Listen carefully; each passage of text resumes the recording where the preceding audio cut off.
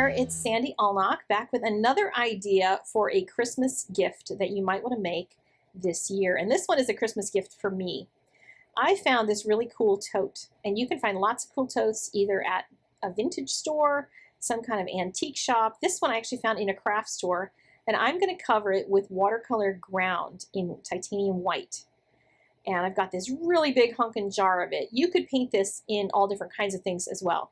Don't feel like you have to watercolor on it because I am, but it certainly is a fun thing to do. This watercolor ground turns any surface into watercolorable surface. If you saw the video the other day, I made a little scripture box where I painted it with gold watercolor ground to paint on top of it. So this one is just going to be white. And I'm, of course, speed painting, and I'm doing it with a flat brush. So make sure you're using a flat brush with this because you're going to want to get more coverage more quickly. I did have to put 2 coats on it. If you end up getting a small jar of the watercolor ground, you could also use a white gesso underneath of it to put the first layer on, because gesso is, you can find it sometimes a little cheaper than watercolor ground. And you can still get that nice thick coat of white and not have to worry about the paint showing through. But this is the first coat, and then I will add a second coat. I'm going to coat the whole thing, including the top, I guess, top 2/3 of the inside pockets. By the time I'm all done with this, nobody's going to be looking all the way into the bottom of this little tote, because this one I'm actually making for my Bible journaling group, not for them like as a gift, but I take pencils with me and supplies with me that they can use. So I have a lot of extra pencils, things that don't belong in a set, random ones that I've gotten from different places. I have some brushes, I have watercolor pencils, and I like to have some supplies. So if there's somebody who arrives without anything to work with, that they have plenty of supplies that they can use. So if you have a small container that you want with a small number of supplies, you can do that. I had a lot, so I decided to use this giant tote that I found at the craft store to create that. Now I could have also just left it with no paint on it because it was really cool just being a wooden tote. But it was also a lot of fun to do this project, so I thought you might enjoy it as well and learning a little bit about this watercolor ground. But I'm putting the second coat on so you can see how well it does really cover when you get a second coat on the very top.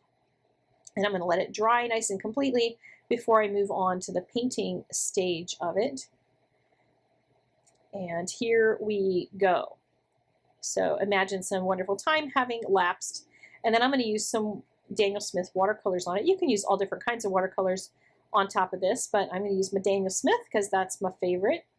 And I'm going to use a number 12 brush.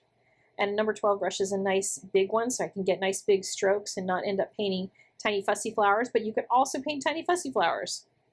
And I'm going to use a flower that I did in one of my watercolor classes on my art-classes.com website, and paint some giant, giant flowers. Now you can call these snapdragons, that's what I think they are, but there's a number of different flowers that have this sort of big, tall, almost a triangular shape with little branches coming off it, little leaves, little flowerets and things.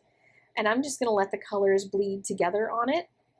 It's just kind of fun to spread some color out and make this a bright and happy type of thing.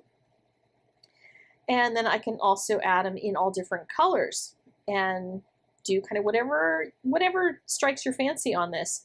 You can come up with all different kinds of designs. You can do stripes and polka dots and whatever.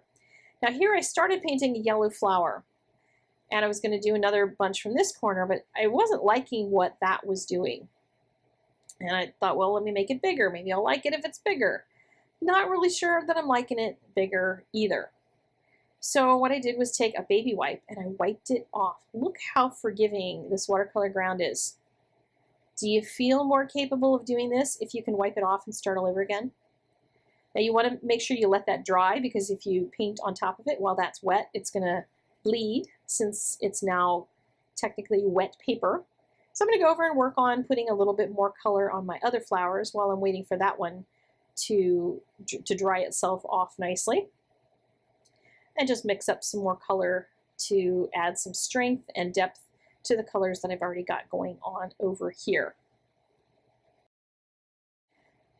I'm going to speed it up a little bit here, but you can see that you can do the same thing as you can if you're a watercolorist and you like to add different types of edges on things, you like to add layers of color. You can do that same thing on top of this watercolor ground, and you still get some beautiful watercolor edges. Even though this is not paper, you can get that same kind of a look by just adding your watercolor techniques. So now I'm going to paint a purple flower on it. And notice how forgiving this is. I'm just painting bloops of color and letting them sort of bend in the wind as some of my snapdragons have in the past. They kind of lean a little bit sideways. If you're any plant in my garden, by the way, you lean sideways. You don't actually do really well because you're in my garden. I have a black thumb, I believe. Not sure if that is just a thing that God just never gave me. He never made me able to grow plants and keep them alive particularly well. But I always did love when sometimes my mixes of flowers would allow the snapdragons at least to flower. We also have a path along where I take my dogs for a walk sometimes, and there are some wild snapdragons that grow out there. So once in a while I go and pick a few from our community garden along the dog path so that I can have a few of these in my house in the summer because they're really pretty. But look how beautiful that container is going to be just because it has some flowers on it. I also painted them up the side, and look at how those gorgeous, gorgeous pencils look in there. Now I told you I had a few extra pencils. I do have a lot. I have a friend who used to teach, and she gave me all of her pencils, and so this is where they get used. They get used by my Bible journaling friends. So thank you so much for watching this video. I hope you find something that you want to alter and turn into a gift. And I will see you again tomorrow with one more idea in this series of Christmas gift and decoration ideas for the Christmas holidays. All right, I'll see you then. God bless you.